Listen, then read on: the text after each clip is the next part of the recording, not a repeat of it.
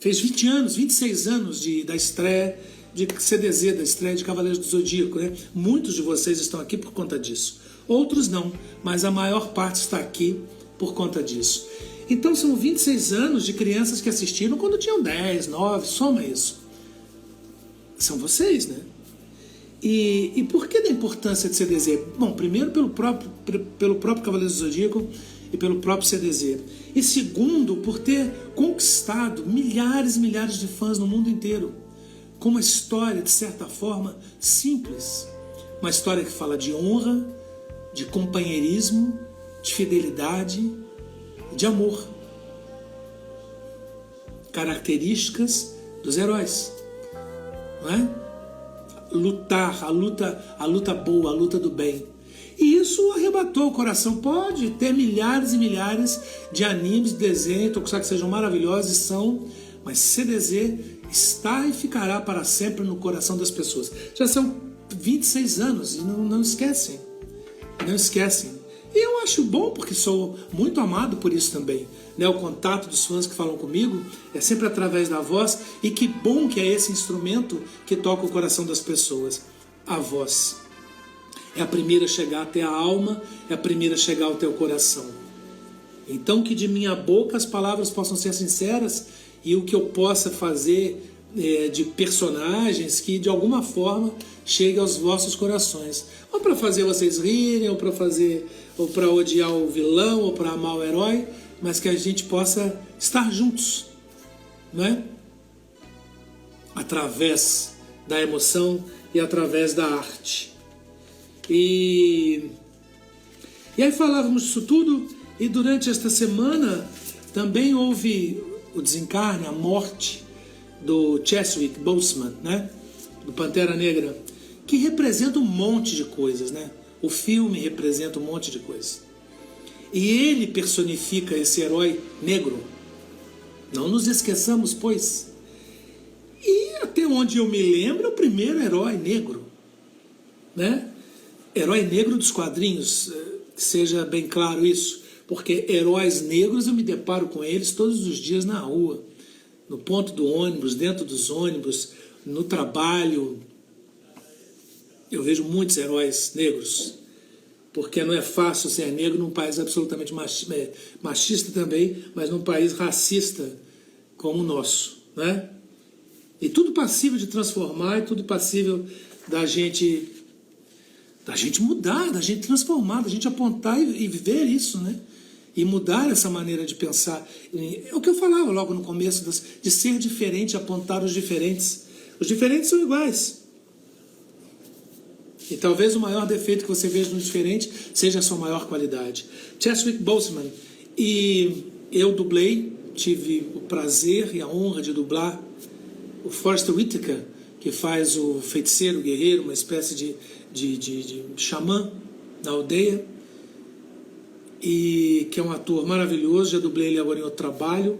É um ator que eu sempre admirei, e agora dublei em 2 trabalhos, vou fazer mais um terceiro dublando ele. É ótimo dublar bons atores, porque o desafio é grande para estar à altura dos grandes. E o Chadwick Boseman se foi, e o Pietro Mário, um dublador. A minha relação com o Pietro Mário vai muito além da dublagem. A minha relação com ele é uma relação de fã pro artista. Porque eu era menino, era criança, e o primeiro tipo show da Xuxa, desculpe a comparação, mas o primeiro programa infantil que eu vi, ele era comandado pelo Pietro Mário, que fazia o Capitão Furacão. Então, os da geração que tem 50 anos ou mais, todos vão se lembrar com certeza do Capitão Furacão, que era um capitão de navio e tinha os seus grumetes, que éramos nós, e ele apresentava os desenhos. E sempre com uma voz, tal, e com barbas brancas, já idoso. Engraçado que ele morreu agora exatamente com a cara do Capitão Furacão que ele tinha há 50 anos. E aí eu vi uma reportagem, uma entrevista que ele deu, e uma entrevista muito mal aproveitada, e as pessoas não sabiam quem ele era, e eu na poltrona dizia: meu Deus, é o Pietro Mário, acorde entrevistador, acorde Jô Soares, esse é o Pietro Mário. E o Jô não tinha muita informação, tinha as básicas lá que colocaram na ficha, e não sabia do grande ator, ou enfim, mas não explorou na entrevista, lamentavelmente, o grande ator e dublador, né? Pietro Mário. E Capitão Furacão. Ele que contou ali meio sem jeito, né? A história do Capitão Furacão. Meus amores, era onde passava a National Kid. Então vocês não estão entendendo. Ele era o homem, ele era o adulto que nós crianças gostávamos de ouvir e que nós amávamos e que esperávamos aquela hora da tarde para ele abrir o clube do Capitão Furacão. E o meu sonho era botar uma foto numa carteirinha e mandar para eu ser um grumete, ter minha foto exposta no programa e ser um grumete do Capitão Furacão. Mas eu me sentia filho do Capitão Furacão, marinheiro do Capitão Furacão, e na minha cabeça as viagens eram todas possíveis. Fui o primeiro, talvez, que tenha me ensinado a sonhar, a viver essa aventura de acreditar no sonho, na fantasia e na ficção. Capitão Furacão. E anos depois, eu nunca mais ouvi falar dele, e anos depois vi dizendo numa entrevista que ele, Pietro Mário, era o Capitão Furacão. E que na época ele tinha 32 anos. E que ele fazia maquiagem de velho para parecer um capitão, um lobo dos mares e tal. E de vez em quando eles saíam para ir em alguma fragata da marinha, alguma coisa, com as crianças e filmavam. E a vez que ele foi, ele passou mal dentro do navio. Era um Capitão Furacão, né? Estava ali defendendo os trocados, mas fazia com tanta graça e com tanta nobreza e com tanta beleza, e eu lamento não ter privado da amizade dele, eu ter convivido, já que era um colega e um artista que morava no Rio de Janeiro. E essa semana Pietro nos deixa, juntamente com Chadwick Boseman e há pouco tempo Araquém Saldanha e mais de 120 mil pessoas que talvez não tenham nomes para nós, mas têm nomes para os seus filhos, suas esposas, seus amigos, seus irmãos. Não são somente um número no jornal, estampado no jornal, que a gente lê, boceja e fecha. São 120 mil pessoas e aumentando o número. E no mundo são milhões de pessoas. E é a morte. E aí, o Júlio César Paixão me sugeriu, falou para mim: Bretas, por que você não fala sobre a morte? Você que é um bandista e tem uma visão a respeito disso, e por que não fala sobre isso? Então é um pouco sobre isso. E a morte, primeiro, não se fala sobre morte. A morte é uma palavra proibida. Vivemos como se ela não existisse. Vivemos como se aquilo nunca fosse acontecer. E quando acontece nas nossas vidas, com alguém próximo de nós, é uma tragédia, seja de que forma for, seja a pessoa tendo 80 anos, tendo 15, tendo 20, tendo 30, sofremos da mesma forma, lamentamos, nos desesperamos, e fica em nós aquela chaga aberta de saudade da presença daquela pessoa que preencheu a nossa vida com alegria, com amor, e preencheu de alguma forma, para que possamos sentir saudade dela, não é? Mas enquanto estamos vivos aqui, nas lives, vivos na live, tá tudo bem, ninguém vai morrer. Você não vai morrer, eu não vou morrer, ninguém vai morrer, ninguém morre. Ninguém morre. Talvez um pouco isso de abafar e de se fazer de esquecido dos 120 mil, ou dos 10 milhões mortos no Congo, pelo rei Leopoldo, da Bélgica, ou 6 milhões de judeus assassinados barbaramente durante a Segunda Guerra, ou os milhares de jovens que foram mandados para as guerras, todas elas, os jovens de 18, 19 anos que foram se enfiar nas matas do Vietnã com mosquito e febre, matando e morrendo. E os jovens de lá que estavam no Vietnã matando e morrendo por conta de seus líderes que vendiam a ideia de que aquela era a terra, aquela era a pátria e que o outro é o inimigo, o outro é o diferente que precisamos eliminar. A morte esquecida, centenas da peste negra, na Inquisição, a quantidade a noite de São Bartolomeu, a quantidade de pessoas que foram mortas e assassinadas e que morreram, isso vira como uma pálida página da história e se pula esse assunto rapidamente. E mesmo só não morre aqueles que são lembrados para sempre no coração daqueles que amaram e foram amados por eles. Porque o morto, quando é esquecido, ele está morto de fato, para sempre, para este mundo, que é o mundo da matéria. Né? É o mundo daquilo que pode ver, pode se tocar. As coisas que não vemos e não tocamos, não acreditamos. E o que será que há, o que será que é? Todas as religiões falam de um lugar encantado, Wakanda. Falam de um lugar mágico, Aruanda. Falam do céu, falam do paraíso. Falam de um lugar mágico para onde vão os espíritos dos mortos. E os mortos não voltam, os mortos não falam. E toda a experiência vivida não é passada, não é ensinada, não é lembrada, nem por aqueles que ficaram. A morte é um fato. Quando você fala sobre a morte com quem quer que seja, a pessoa diz assim, pelo amor de Deus, muda de assunto. Por quê? Porque não queremos morrer. E muitas vezes falamos muito mal da vida, na maioria das vezes falamos mal da vida.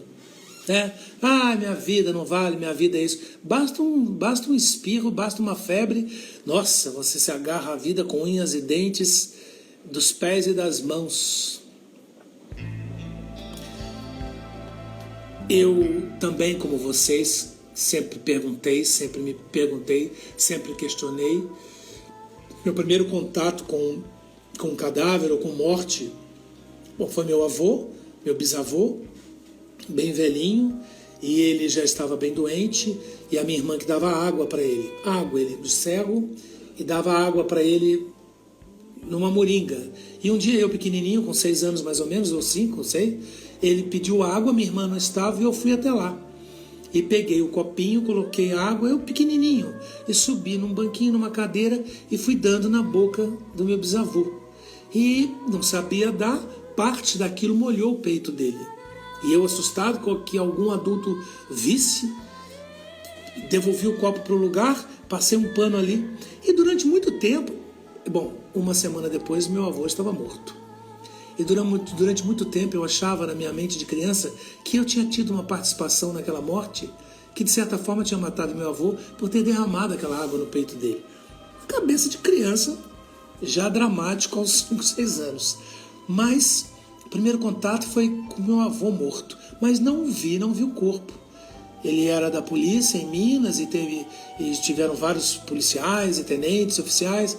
Ele já era bem idoso, tinha 80 e tantos anos, era um dos fundadores do batalhão, um dos construtores da igreja do batalhão de Juiz de Fora, lá em Minas Gerais.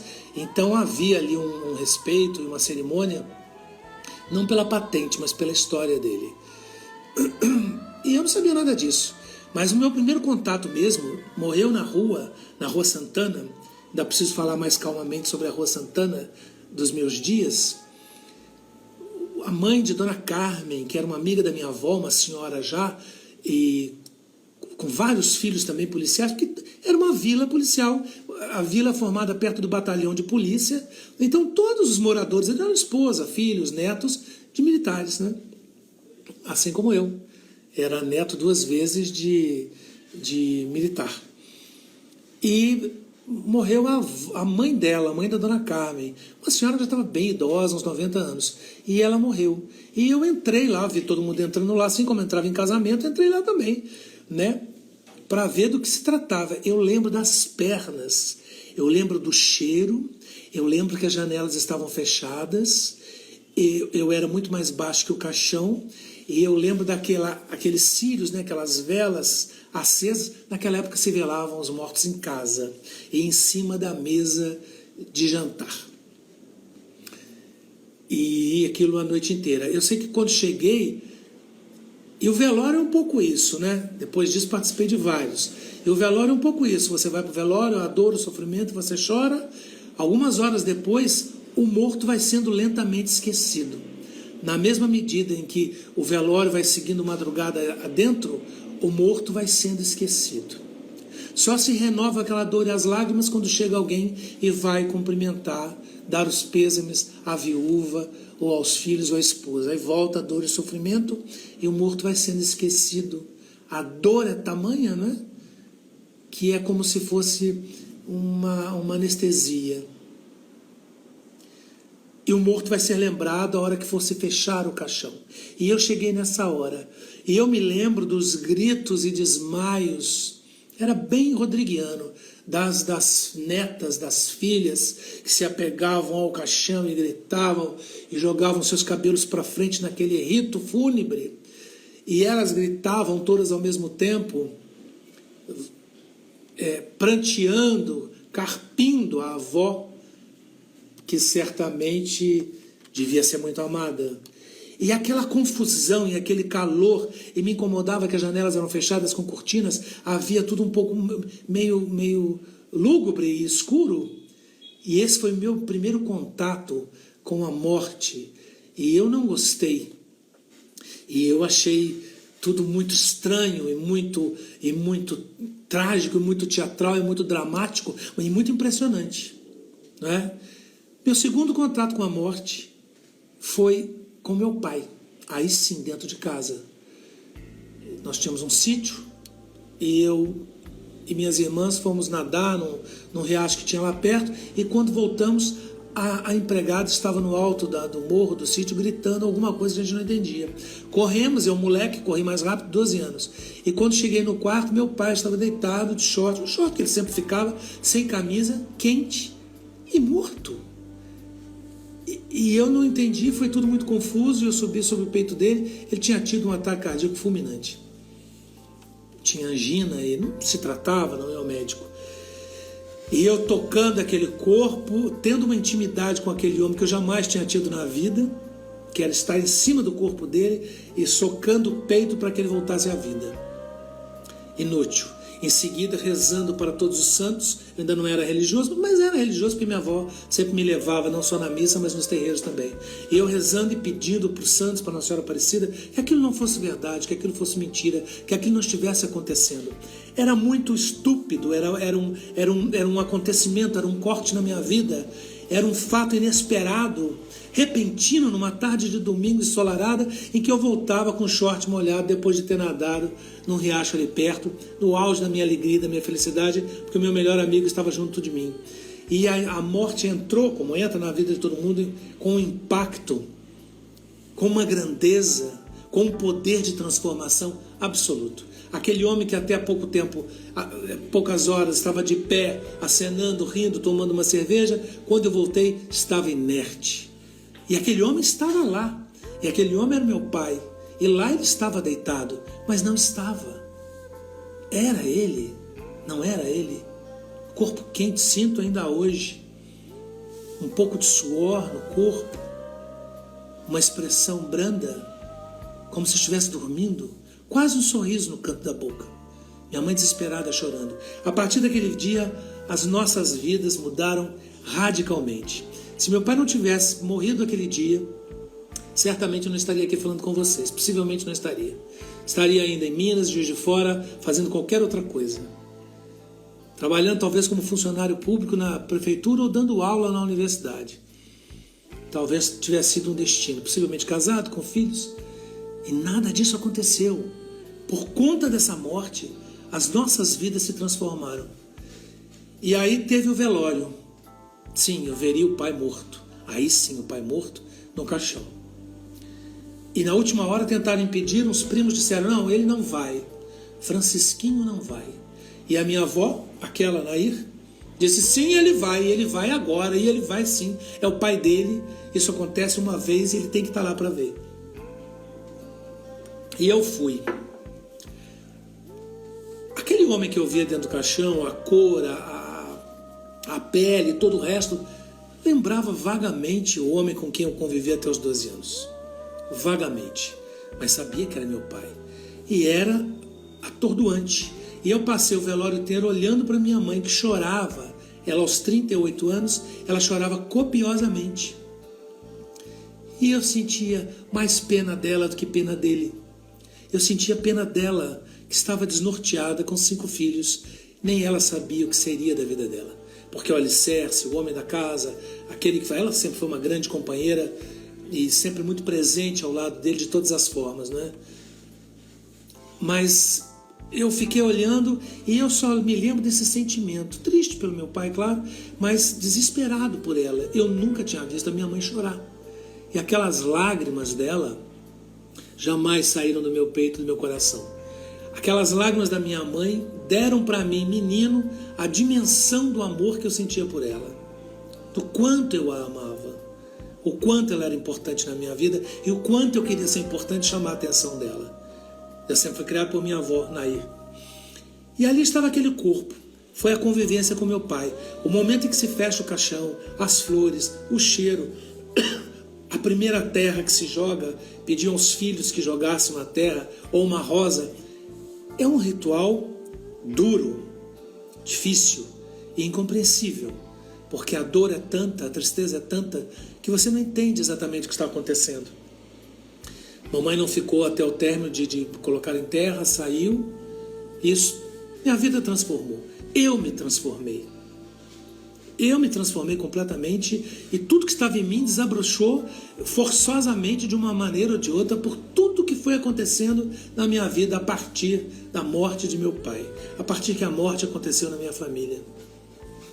E não digo que foi ruim, eu digo que foram chamamentos e foram desafios incríveis que eu tive que responder a tempo e hora, por questão de sobrevivência. Senão eu não resistiria, senão eu não sobreviveria, né? O esquisito, o estranho tinha que mostrar o que veio e se tornando mais estranho ainda, né?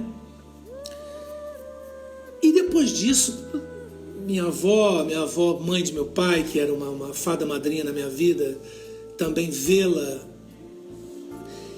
E a sequência de mortes que fui vendo ao longo da vida, fui percebendo, e mesmo através da Umbanda, convivendo com esses mortos, convivendo com essa energia espiritual, eu fui entendendo que o que quer que fosse que habitava aqueles corpos, a partir da morte, não habitava mais. Aquilo que eu via dentro do caixão, o que eu via, a avó que eu amava, não era mais a minha avó, não era mais o meu pai. Era como um tronco de árvore do qual eu tinha me alimentado a vida inteira dos seus frutos e de repente estava na beira da estrada, caído. Não era triste ver aquele tronco de árvore, porque eu me lembrava dos frutos. Eu me lembro dos frutos, eu me lembro da sombra desses troncos, dessas árvores quando não eram só troncos.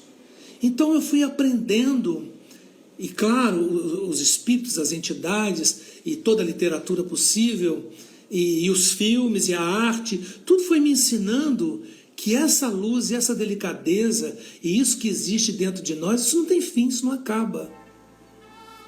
E o que me une ao outro, os frutos que eu digo, a lembrança do fruto e tudo mais, não faz somente eu ficar no lugar de querer mais disso e achar Deus injusto e querer mais. Por quê? Por quê, meu Deus? Queria mais, queria mais. Eu sei que é o tempo daquela árvore também espalhar esses frutos em outros lugares. E dentro de nós existe uma chama e um calor e um fogo, quer você queira, quer não, que não se apaga, mas retorna à natureza, retorna de onde veio. Nós aparecemos ali naquela semente na barriga da mãe, lembra? A nave, vindo da onde mesmo? Da onde? Do saco de nossos pais? Do útero de nossas mães? Vindo de um lugar bem mais distante, além das estrelas, e bem perto e bem dentro de nós, porque a marca do infinito está em nós, na nossa capacidade de se emocionar, na nossa resiliência, na nossa capacidade de fazer das cinzas uma coisa grandiosa e seguir adiante. Por mais que a vida tenha sido dura, por mais que a vida tenha destroçado, ou o lar que você viveu, ainda assim, a resiliência e acreditar nessa chama dentro de você, dê o nome do que quiser, espírito, coração, Deus, fé, esperança, amor, mas que tem um trem aí, tem. Tem. Quando você vê a pessoa que ama, ou você vê alguém, onde é que esquenta, meu amor? Esquenta a cabeça? Esquenta o cotovelo? Esquenta o baixo ventre? Não, esquenta o coração. Aqui dentro, uma vez só. É uma bombada de sangue. Sangue quente.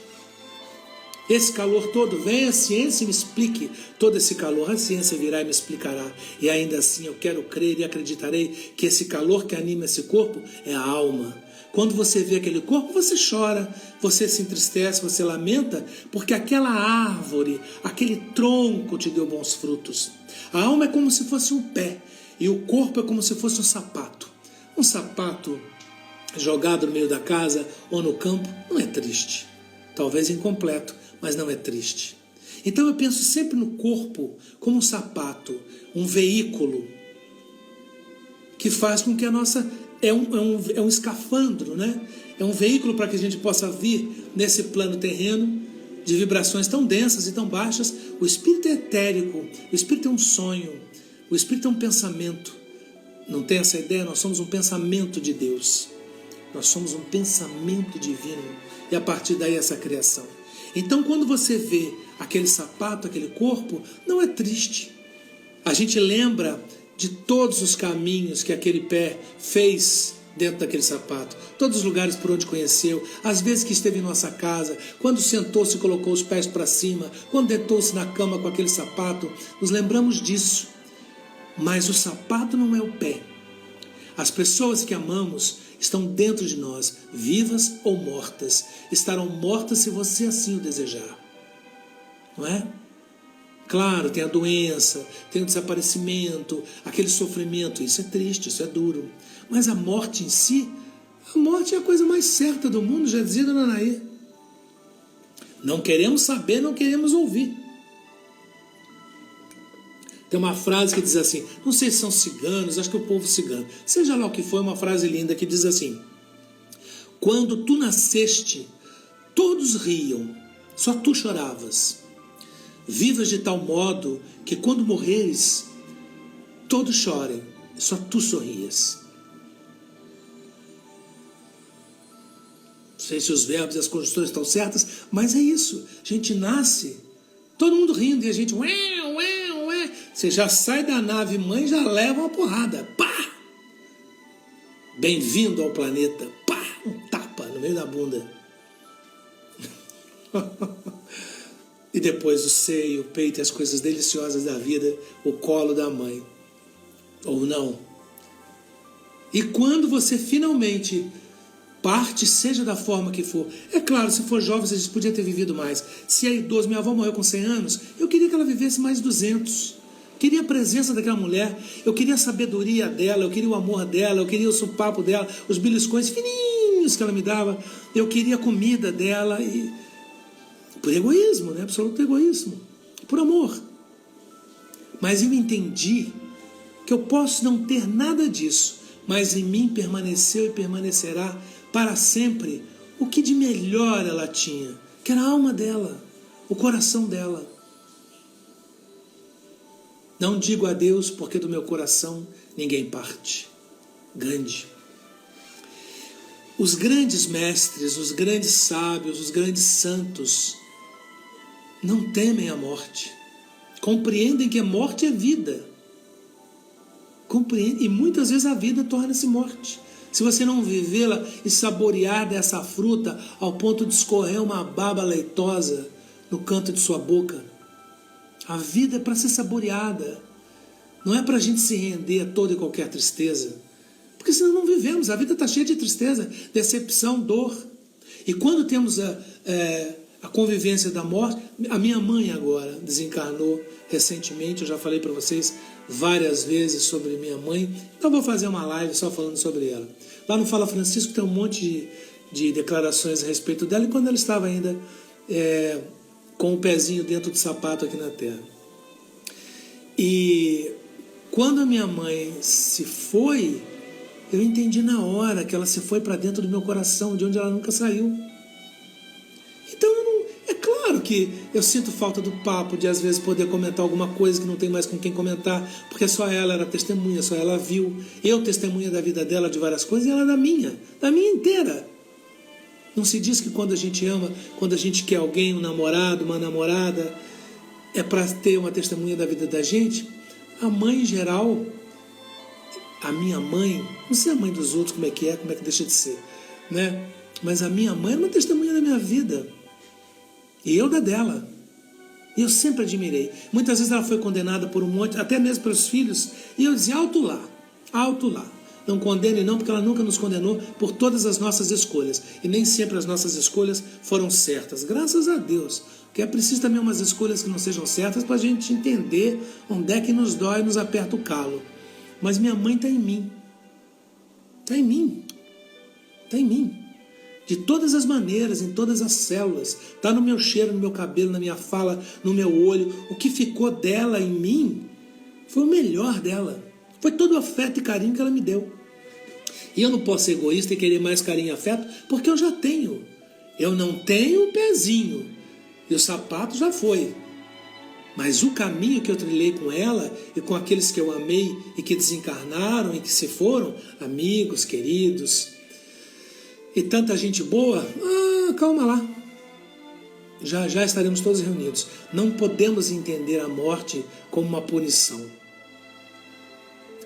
Na própria fantasia, a morte já é desenhada como uma caveira, com uma roupa preta, uma foice.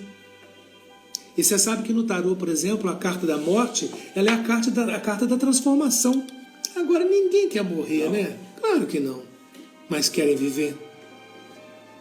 Eu quero. Então vive direitinho, vive bem, vive bom, vive grandemente, generosamente. Abre teu coração e dê do seu coração tudo que você puder. Palavras, afetos, abraços, poesia.